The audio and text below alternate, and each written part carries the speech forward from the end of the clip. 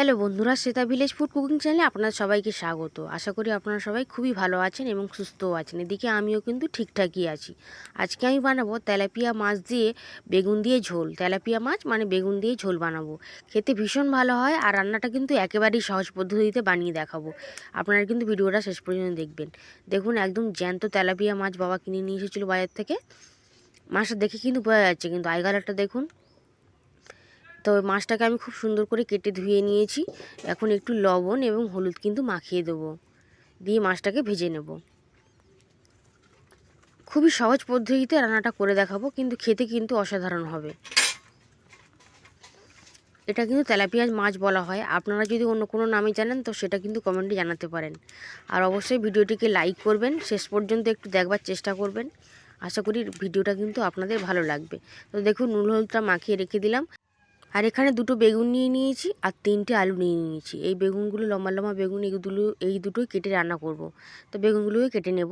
আর এদিকে দেখুন, বেগুনগুলোকে কেটে নিয়েছি এরকম লম্বা লম্বা করে, চৌকো চৌকো করে কেটেছি একটু। আর আলুগুলোকে এরকম সরু সরু স্লাইস স্লাইস করে কেটে নিয়েছি, নিয়ে ধুয়ে নিয়েছি। এবার মাছগুলোকে ভেজে নেব। তার জন্য কড়াইতে তেল গরম করতে বসিয়ে দিই। তেলটা খুব ভালো করে গরম করে নেবো। তারপর মাছগুলোকে কিন্তু এক এক করে ছেড়ে দিচ্ছি। দুবারে ভাজবো মোট, কারণ একটু মাছগুলো বেশিই আছে, তো সেই জন্য মাছগুলোকে এক এক করে দিয়ে দিচ্ছি, দিয়ে উল্টে পাল্টে লাল লাল করে ভেজে নেব। তেলটা খুব ভালো করে গরম করে নিলে বন্ধুরা মাছটা কিন্তু ভালোই ভাজা হবে, মানে কোনোভাবে জড়িয়ে যাওয়ার আর ভয় থাকবে না। তো মাছগুলোকে এক সাইড হয়ে গেছিলো, তাই জন্য উল্টে দিলাম। এরকম উল্টে পাল্টে লাল লাল করে কিন্তু ভেজে নেব। এই মাছটাকে একটু বড়ই রেখেছি, কারণ একটু ছোট ছিল, তো এই যেগুলো বড় ছিল সেগুলোকে হাফ করে নিয়েছি। তো মাছগুলো ভাজা হয়ে গেছে। এখন আমি তেলটা ঝারিয়ে তুলে নিচ্ছি। ক্যামেরাটা যেহেতু আমিই করছি, তো সেই জন্য মাছগুলো ভাজার সমস্ত ভিডিও তোলবার ভিডিও কিন্তু দিতে পারিনি।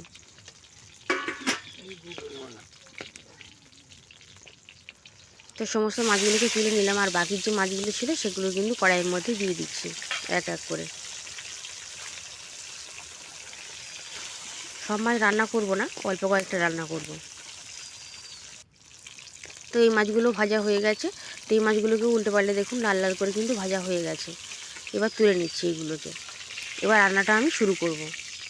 খুবই ঝটপট কিন্তু রান্নাটা হয়ে যায়, আর খেতেও বন্ধুরা কিন্তু অসাধারণ লাগে, আর খুবই সহজ একটা রেসিপি। কড়াইয়ের মধ্যে ওই তেলের মধ্যেই কিন্তু আমি লঙ্কাগুলো দিয়ে দিয়েছি। লঙ্কাগুলো একটু ফাটিয়ে দিয়েছি, নইলে কিন্তু তেল ছিটকে আসবে। আর দিয়ে দিলাম 5 ফোড়ন। একটু ভাজা ভাজা করে নিচ্ছি ফোড়নগুলোকে, আর লঙ্কাটাকে একটু ভেজে নিচ্ছি। এখন আমি আলুগুলোকে দিয়ে দিলাম। আলুগুলোকে দিয়ে কিন্তু একটু লাল করে প্রথমে ভেজে নেবো। প্রথমে বেগুনটা ভাজলে কিন্তু বেগুনটা গলে যাবে, তো সেই জন্য বেগুনটা প্রথমে দেবো না, আলুটাকে প্রথমে দিয়েই কিন্তু লাল করে ভেজে নেব। প্রথমে আমি আলুটাকে ভেজে নিচ্ছি।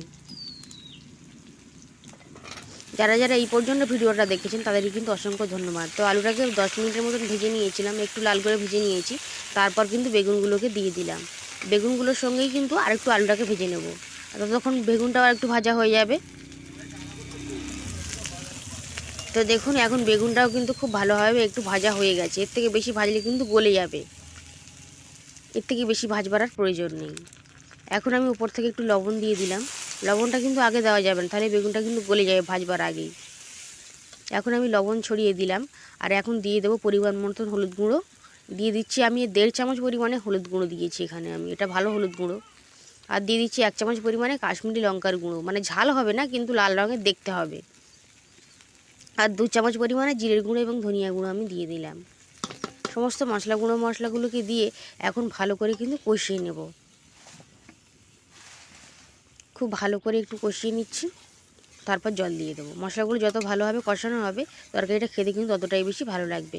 এখানে আমি গুঁড়ো মশলা দিয়েছি, আপনারা কিন্তু বাটা মশলাও দিতে পারেন। এখন আমি পরিমাণ মতন জল দিয়ে দেবো।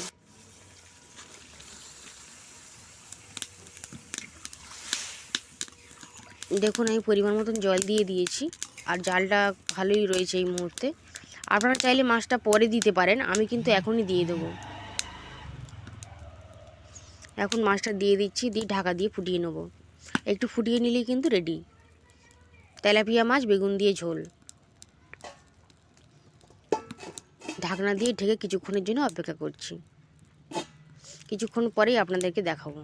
তো দেখুন আমার তরকারি কিন্তু একেবারে রেডি হয়ে গেছে। বেগুন দিয়ে তেলাপিয়া মাছের ঝোল কিন্তু একেবারে রেডি। তরকারিটা ফুটছে, একটু মাখা মাখা মতন রেখেছি, খুব বেশি ঝোল কিন্তু করিনি, কারণ বেগুনের খুব বেশি ঝোল করলে খেতে ভাতটা ভালো লাগে না। তবে এখানে একটু টমেটো দিলে কিন্তু খেতে ভালো লাগতো, তবে আমার কাছে ছিল না তাই আমি দিতে পারিনি। তো ঝোলটাকে নামিয়ে নিয়েছি, দেখুন এরকমই কালারটা এসেছে, আর ঝোলটা এরকমই হয়েছে, কিন্তু মাখামাখো টাইপের একটু হয়েছে। ভিডিওটা শেষ পর্যন্ত দেখার জন্য আপনাদের সকলকে অসংখ্য ধন্যবাদ। আশা করি আপনারা সবাই খুবই ভালো থাকবেন এবং সুস্থ থাকবেন। আজ তাহলে এই পর্যন্ত, আবার হাজির হয়ে যাবো আমি অন্য কোনো ভিডিওতে।